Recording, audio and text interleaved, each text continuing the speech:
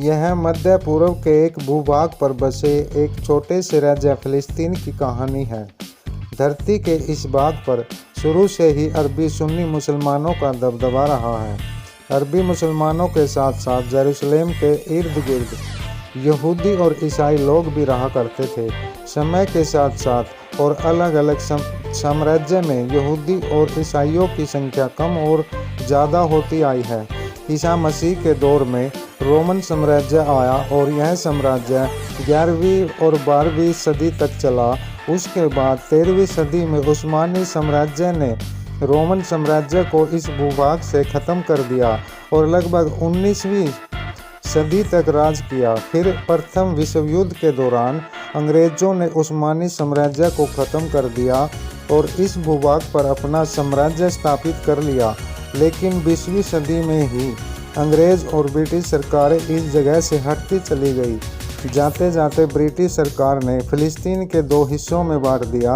एक हिस्सा अरबिक मुसलमानों को फ़िलिस्तीन के रूप में दिया गया और दूसरा हिस्सा इजराइल के रूप में यहूदियों को दिया गया। मगर फ़िलिस्तीन का 8% हिस्सा जेरूशलेम होली सिटी के रूप में यूएनओ के अधीन रखा गया। जेरूशलेम को दुनिया का सबसे पुराना शहर माना जाता है। 3 मेजर पंथ इस शहर पर अपना दावा करते हैं।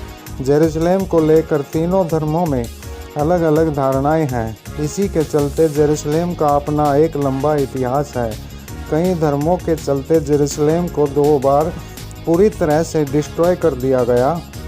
23 बार अलग अलग राजाओं ने इस पर राज किया और 44 बार कैप्चर और रिकैप्चर किया गया। 52 बार जेरूशलेम पर अटैक किया गया। बाइबल के अनुसार जेरूशलेम को सिटी ऑफ डेविड कहा जाता है।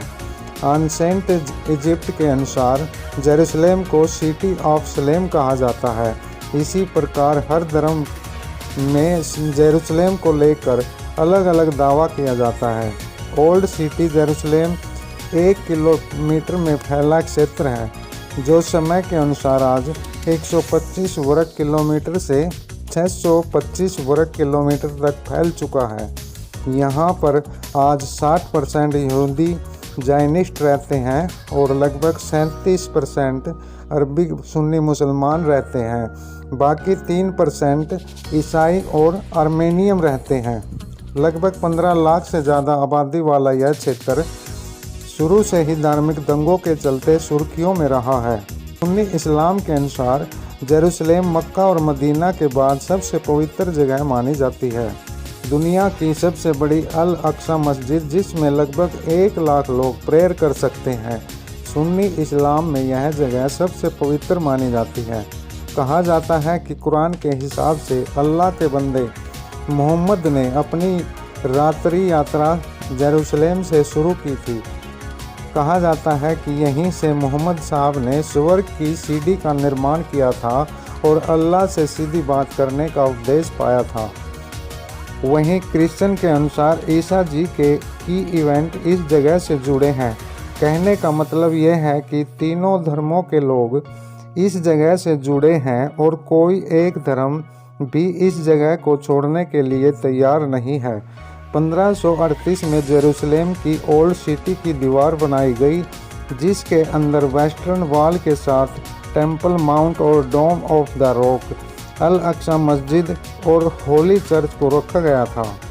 1981 में जेरूशलेम को वर्ल्ड हेरिटेज साइट घोषित कर दिया गया और सभी धर्म को महत्व देते हुए इसे 4 वर्गों में विभाजित कर दिया गया। शुरू से ही जेरूशलेम को लेकर अरबी और हिब्रू लोग आपस में लड़ते रहे हैं, लेकिन 1948 में फ़िलिस्तीन और इजराइल के बंटवारे ने इसे कभी न ख़त्म होने वाली लड़ाई की नींव रख दी। कभी कोई ठोस समाधान नहीं निकाला गया। हमेशा ही दूसरे डोमिनेट देशों ने इसे अपने फ़ायदे के लिए विवादित बने रहने दिया। 1948 से पहले जो धार्मिक हिंसा होती थी, अब वो इजराइल देश बनने के बाद युद्ध का रूप ले चुकी थी। ब्रिटिश सरकार ने भले ही इजराइल को अलग देश घोषित कर दिया, मगर फ़िलिस्तीन के अरबी मुसलमानों ने इसे कभी मान्यता नहीं दी। अरब के देशों ने इजराइल के खिलाफ युद्ध घोषित कर दिया और फ़िलिस्तीन ज़मीन पर कब्जा कर लिया। लेबनान के लगते हिस्से को लेबनान और सीरिया ने जेरूसलेम और वेस्ट बैंक पर सीरिया और जॉर्डन ने गाजा पट्टी पर मिस्र ने अपना कब्जा जमा लिया। उस समय इजराइल आर्थिक रूप से मजबूत न होने की वजह से फिलिस्तीन क्षेत्र हार गया, परंतु अमेरिका की मदद से युद्ध जीत गया। 1967 में सिक्स डे वॉर में इजराइल ने अपनी आर्थिक और मिलिट्री पावर से दुनिया को चौंका दिया। 6 दिनों में 6 देशों को धूल चटा दी और उसने फिलिस्तीन क्षेत्र को वापस ले लिया। इसके साथ साथ जॉर्डन, लेबनान और सीरिया का कुछ क्षेत्र भी इजराइल में मिला लिया। इस युद्ध में 6 अरबी देशों ने मुंह की खानी पड़ी। इजराइल आज एक संपन्न देश बन चुका है। 7 अक्टूबर 2023 को अर्ली मॉर्निंग में सुबह 7 बजे हमास ने इजराइल पर बड़े पैमाने पर अटैक शुरू कर दिया। हमास और उसके सहयोगी ग्रुप के लगभग 3000 मिलिटेंट सेना की वर्दी पहने गाजा के लगते इजराइल बॉर्डर में घुस आए और साउथ इजराइल में बड़े पैमाने पर नरसंहार किया। मिलिटेंट मोटर पैराग्लाइडर के जरिए हवा के रास्ते, स्पीड बोट से समुद्र के रास्ते, मोटर बाइक, ट्रक और बुलडोज़र आदि वाहनों का प्रयोग करके ज़मीनी रास्ते से इजराइल के अलग अलग हिस्सों में फैल गए। फिलिस्तीनी हमले में भाग लेने वाले संगठन हमास, इस्लामिक जिहाद, democratic front for the liberation of फिलिस्तीन और लायंस देन आदि शामिल हैं। हमास की सैन्य शाखा इज अद-दीन अल-कसम ब्रिगेड के कमांडर मोहम्मद दीफ ने कहा कि यह हमला अल-अक्सा मस्जिद को अपवित्र करने और 2023 की शुरुआत में फिलिस्तीनियों को मारने के जवाब में है। हमास नाम का मतलब अरबी भाषा में उत्साह है। यह इस्लामी प्रतिरोध आंदोलन फिलिस्तीनी सुन्नी मुसलमानों की सहस्त्र संस्था है जो फिलिस्तीन नेशनल अथॉरिटी की मुख्य पार्टी है। 10 दिसंबर 1987 में मिस्र और फिलिस्तीन के मुसलमानों ने इसकी स्थापना की थी। इसका मुख्य उद्देश्य है इजराइल शासन को ख़त्म करके फिलिस्तीन इस्लाम की स्थापना करना है।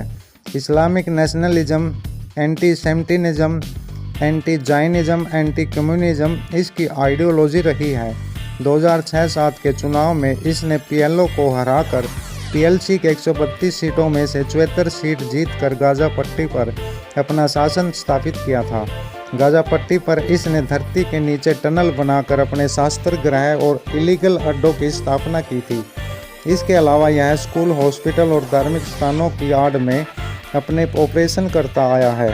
यह हमेशा निर्दोष नागरिकों को ह्यूमन शील्ड की तरह इस्तेमाल करता आया है। 1992 में इसने अपने सशस्त्र सेना का गठन किया था और तभी से इजराइल पर अनेक बार हमले किए थे। 2007 में गाजा पर अपना शासन स्थापित करने के बाद से हमास ने इजराइल पर 2008 में और 2014 में और 2021 से 2023 तक अब तक 4 बार अटैक कर चुका है।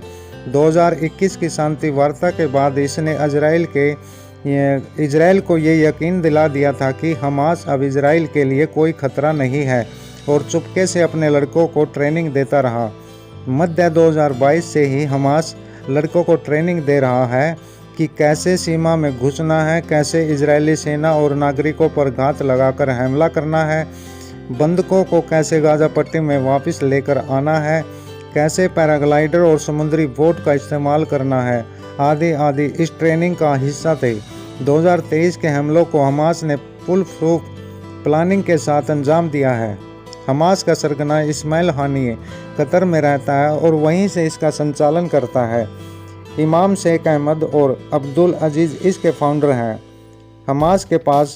हमास के रॉकेट शस्त्रगृह में 16 किलोमीटर से 40 किलोमीटर की रेंज में होम मेड रॉकेट हैं। इनमें एंटी टैंक रॉकेट, RPG-7 जैसे होम मेड रॉकेट और अल-बतार, अल-बाना, अल-यासीन आदि रॉकेट भी होम मेड ही हैं। 7 अक्टूबर 2023 की सुबह हमास ने लगभग 20 मिनट में 4 से 5 हज़ार रॉकेट की बौछार से साउथ इजराइल को दहला दिया। America, Canada, Europe, Israel, Japan जैसे देश हमास को आतंकवादी घोषित कर चुके हैं, लेकिन ब्राज़ील, चीन, मिस्र, ईरान, नॉर्वे, कतर, रूस, सीरिया और तुर्की इसे आतंकवादी संगठन नहीं मानते। रेम किब्बुत्ज़ गाज़ा पट्टी से लगता हुआ इजराइल का इलाका है, जहां पर 7 अक्टूबर को सुपरनोवा और सुकोट गैदरिंग म्यूजिकल सेरेमनी की जा रही थी। यह म्यूजिकल सेरेमनी खुले ग्राउंड पर की जा रही थी, जिसके चलते हजारों की संख्या में यहूदी इजरायली नागरिक इकट्ठा हुए थे। सुबह सुबह लगभग 7 बजे रॉकेट अटैक का सायरन बजा, लोग इधर उधर भागने लगे। देखते ही देखते हमास के मिलिटेंट पैराग्लाइडर के जरिए हवा से लैंड करते हैं और म्यूजिकल सेरेमनी में इकट्ठा हुई भीड़ को चारों तरफ से घेर लेते हैं। डर कर भागते हुए लोगों को गोलियों से भून दिया गया, बच्चों को गला काट के मौत के घाट उतार दिया गया, महिलाओं को अगवा कर लिया गया और बलात्कार जैसी घटनाओं को अंजाम दिया गया। मंजर इतना भयानक हो गया था कि बयान करना मुश्किल है। खुशी का माहौल देखते ही देखते चीखों में बदल गया। सैनिकों और नागरिकों को अगवा करके गाज़ा पट्टी लाया गया। यह इजराइल की हिस्ट्री में अब तक का सबसे बड़ा हत्याकांड कहा जाता है। मात्र 20 मिनट के अंतराल में 4 से 5 हजार रॉकेट दागे गए। 1 से 2 घंटों में इजराइल की सिक्योरिटी सिस्टम और खुफिया तंत्र की धज्जियां उड़ा दी गई। 2007 में हमास के पावर में आने के बाद इजराइल ने मिस्र की मदद से गाज़ा की सीमा को ब्लॉक कर रखा था। गाज़ा की पॉपुलेशन लगभग 25 लाख है और गाज़ा पट्टी की लेंथ लगभग 45 किलोमीटर और 6 से 10 किलोमीटर की चौड़ाई में यह क्षेत्र फैला हुआ है। इसका पूरा क्षेत्रफल 365 वर्ग किलोमीटर है। गाज़ा फ़लस्तीन नेशनल अथॉरिटी के अधीन आता है।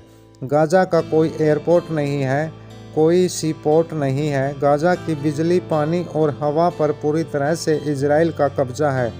अरबिक सुन्नी मुसलमानों की तादाद ज़्यादा होने की वजह से इजराइल गाज़ा को इजरायली कॉन्स्टिट्यूट में नहीं लेता।